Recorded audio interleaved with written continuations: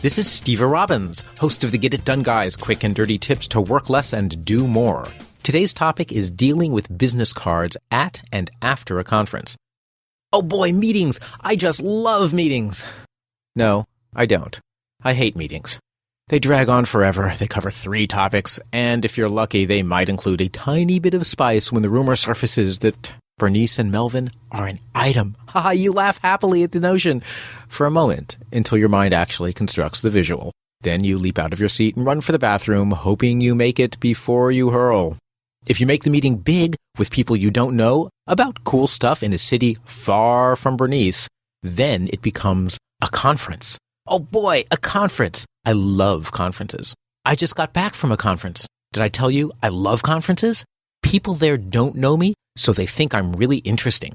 I can tell them about my lame job using words like synergistic and paradigm changing, and they think I'm the best thing since sliced hot dog buns. And they listen. I stand so they can't quite squeeze by me, and they're my new friend forever. I get their business cards, and by the time the conference is over, I have 20 to 30 new friends, all in the form of little 2.5 by 3-inch pieces of cardboard.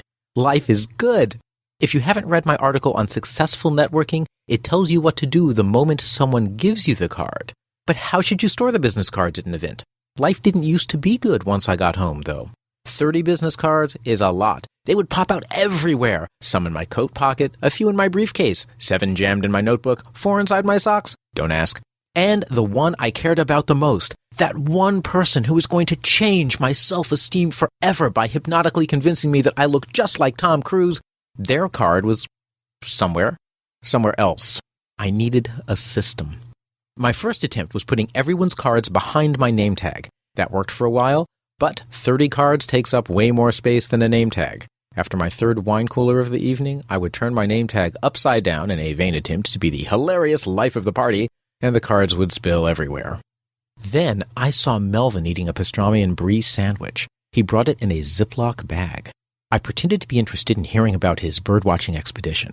While he was talking about the medicinal properties of the Colombian flavescent warbler he smuggled into the country, I discreetly pocketed the Ziploc.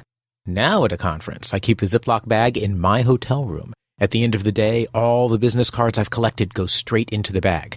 Then I zip it shut so the cards can't escape. Once I'm home, they smell a bit like pastrami and have a few brie stains, but they're basically good to go. Back home, you want to do something with the cards. Sticking them in piles around the room until you throw them out 6 years from now is not what I'm talking about. Sit down with your cards while people are still fresh in your mind. Grab the cards of the people you know you'll call often. Type them into your online address book, and in the notes field, jot down the name of the conference and what you talked about. Now, you can find them easily by searching your address book. You'll have their number at your fingertips if you need to boost your self-esteem with a quick hypnotic Tom Cruise delusion. Quick and dirty hint. I type the name of the conference once, then copy it to my clipboard with Control-C on Windows or Command-C on the Mac. Then, I just paste the conference name with a single Control or Command-V when I'm entering the next card. Organize business cards by scanning them. Because just between you and me, most of the cards you get, you'll never follow up on. Aardvark Wrangler? There's just no need, so don't bother typing them in at all. Just scan them for future reference. Grab an 8.5 by 11 piece of paper. Starting at the bottom of the paper, tape 2 cards side by side on the paper. Only tape the top edges, though, so you can flip the cards up using the tape as a hinge to see the back if you need to. Jot notes about the person just below their card or on the back of their card. Then, tape 2 cards above those 2, so the bottom edges of the 2 new cards are slightly above the top edges of the first cards you taped. Repeat this until you run out of cards, or until you have only about 4 inches of blank space left at the top of the paper. Continue on another sheet if necessary, and along the edge of the sheet, write the name of the conference.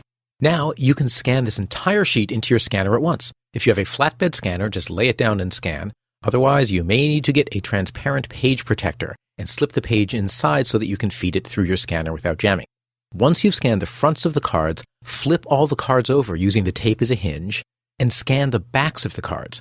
Save the scanned images in a file with a descriptive title that includes the conference and date. For example, Better Living Through Hypnosis Conference, January 2010. For several $100s, you can also buy systems like CardScan, NeatScan, or SnapScan that scan business cards and use magical optical character recognition to convert them into address book entries.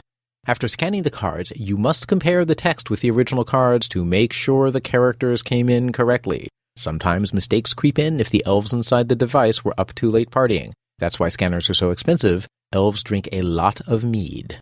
Now you have a permanent record of everyone from the conference. The people you're likely to contact are in your address book, and the rest are preserved forever, their souls captured electronically in your scanned business card sheets.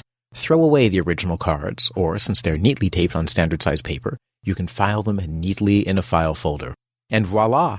You are completely organized from your conference. This is Steve Robbins. For a link to the successful networking episode and a link to the must-have information about the flavescent warbler, visit getitdone.quickanddirtytips.com. Work less, do more, and have a great life.